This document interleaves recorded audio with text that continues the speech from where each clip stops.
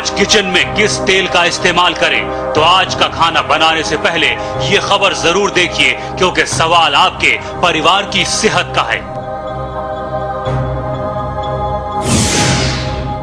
आप अपने किचन में जिस तेल का इस्तेमाल करती हैं वो आपको दे रहा है खतरनाक बीमारियां। उस तेल में है ट्रांस फैट, जो इतना खतरनाक है कि डेनमार्क को छोड़कर हर देश ने बैन कर दिया है।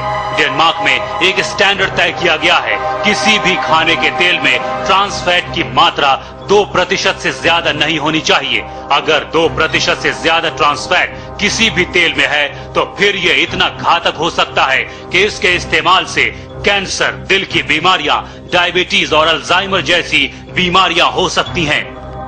देखिए, ट्रांस फैट्स जो हैं वो फैट्स हैं, वो ऑयल है जो कि पार्शियली हाइड्रोजनेटेड है, और पार्शियली हाइड्रोजनेटेड ऑयल्स हमारे लिए कोरोनरी आर्टरी डिजीज के लिए, खासतौर से हार्ट के पेशेंट्स के लिए काफी खतरनाक है। बिकॉज ये आपके जो अच्छा कोलेस्ट्रॉल है बॉडी में, जिसको एचडीएल कोलेस्ट्रॉल कहते हैं, उसकी मात्रा को कम करता है, और जो एलडीएल कोलेस्ट्रॉल है जो कि बुरा कोलेस्ट्रॉल है, जो कि हार्टरी के अंदर ब्लॉकेजेस लाता है, उनको उसकी मात्रा को बढ़ाता है।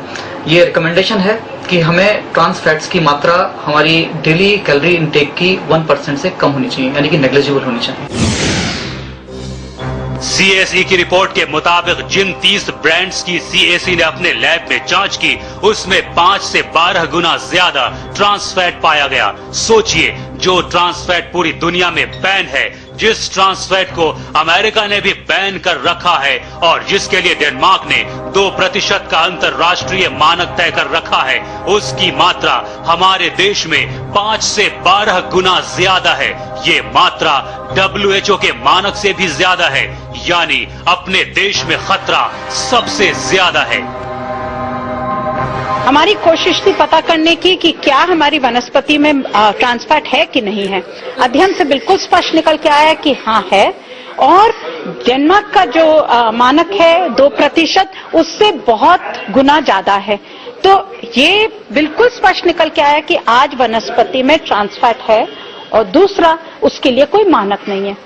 तीसरी चीज जो निकल के आती है कि सरकार ने पहल करी मानक बनाने की, उसकी अपनी जो सब कमेटी है उसने कहा कि मानक बनाने चाहिए, मानक बनाने की कोशिश भी हुई, मगर सरकार का जो तरीका रहता है, और मैं समझती हूँ कंपनियों का दबाव रहता है कि जहाँ स्वास्थ्य का मामला आता है सरकार पीछे हट जाती है, और सरकार ने मानक नहीं बनाए। अब हम आपको बताते हैं कि सीएसई की रिपोर्ट के मुताबिक किन ब्रांड्स में सबसे ज्यादा घातक ट्रांस फैट पाए गए हैं। सबसे ज्यादा ट्रांस फैट पाया गया है वो है पनघट, जिसमें ट्रांस फैट की मात्रा 23.7 है, यानी स्टैंडर्ड से 12 गुना ज्यादा। दूसरे नंबर पर है राग, जिसमें 23.3% ट्रांस फैट है। रत में ट्रांस फैट है 15%। सीएसई के मुताबिक तीसरे नंबर पर है रत वनस्पति, जिसमें ट्रांस फैट की मात्रा 15.9% है।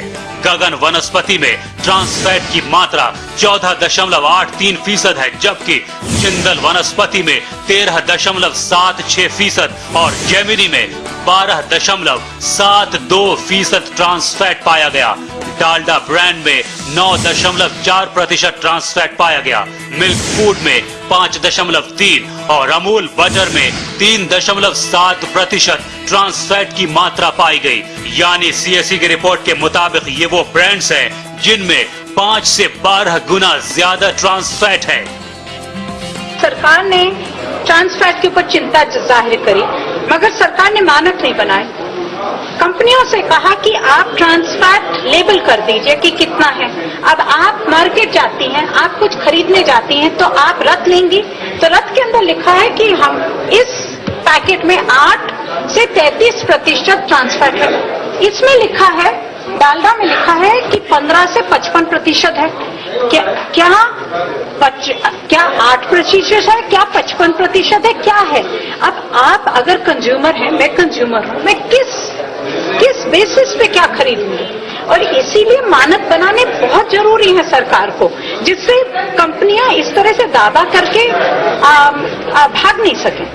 तो आपने सुना, जिस तेल का इस्तेमाल आप हर रोज करती हैं, उसमें मौजूद ट्रांस फैट कितना खतरनाक है। ये एक तरह का स्लो पॉइजन है जो धीरे धीरे आपको और आपके परिवार को बीमार कर रहा है। तेल में मौजूद trans fatty acids good cholesterol को नष्ट करता है और बैड कोलेस्ट्रॉल को बढ़ा देता है, जिससे दिल में सूजन पैदा हो सकती है। इसके बाद अगर मरीज को हार्ट अटैक हो तो डॉक्टर्स के लिए उसे बचा पाना लगभग नामुमकिन हो जाता है।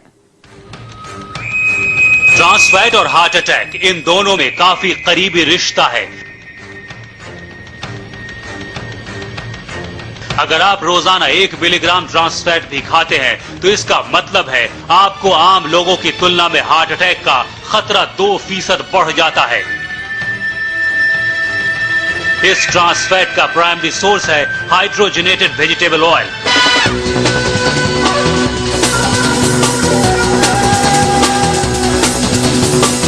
डॉक्टरों का कहना है कि अगर हम अपने खाने में हाइड्रोजनेटेड ऑयल का इस्तेमाल बंद कर दें तो दिल की आधी बीमारियां वैसे ही कम हो जाएंगी। लेकिन भारत में इस जानलेवा ट्रांस फैट को रोकने के लिए कोई भी कानून नहीं है।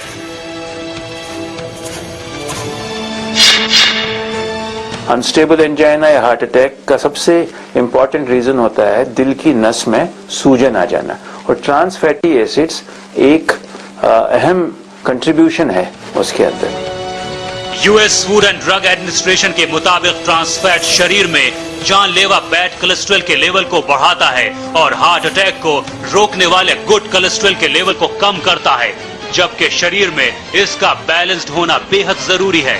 ये ट्रांस फैट आपके दिल का सबसे बड़ा दुश्मन है, जिसकी वजह से हर साल अमेरिका में करीब 5 लाख जबकि भारत में 1 लाख लोगों की जानें जाती हैं।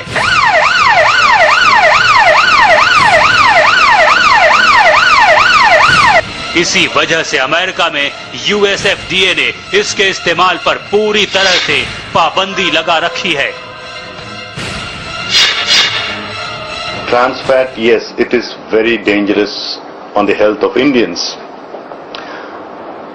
And as a first step now, we are asking as a food labeling instrument that all food which contains trans fat also should be mentioned in the label, in the food labeling thing which we have issued recently. That's the first step. Like going at the next step of banning and all that, it's going to take time and it's going to take a lot of awareness also. And it's going to be working with the industry. We have to work with the industry along, and of course the public, the demand created and the supply, all that. That logistics has to be taken. But trans fats is a danger to the health of India. तेल में trans fatty acid तब बनता है जब उसे preserve करने के लिए उसमें हाइड्रोजन डालकर ठोस रूप में बदल दिया जाता है। इसके अलावा उसी तेल को बार बार गर्म करने से भी उसमें ट्रांस फैटी एसिड बनता है, यानी खाना बनाने के बाद जब तेल बच जाता है और आप उसका इस्तेमाल फिर से करती हैं और अगर ये तेल बार बार गर्म हो तो उसमें भी ट्रांस फैट बन जाता है।